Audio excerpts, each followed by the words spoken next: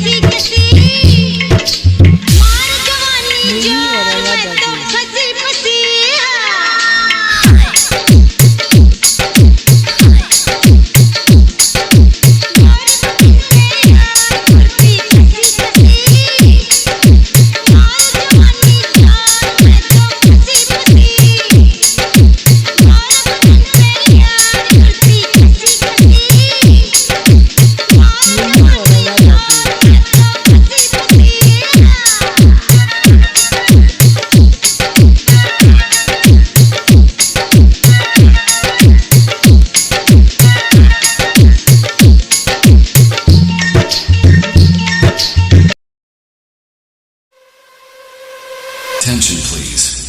Welcome to the high quality sound check. Now close your eyes and feel the vocal.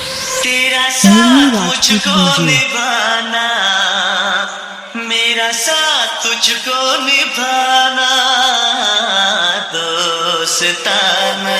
Keep quiet and feel the bass.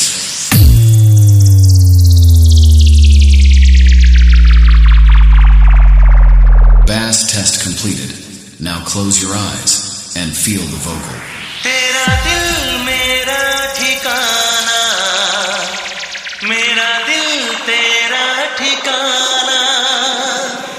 झुक के रहना पड़ेगा मेरे आगे.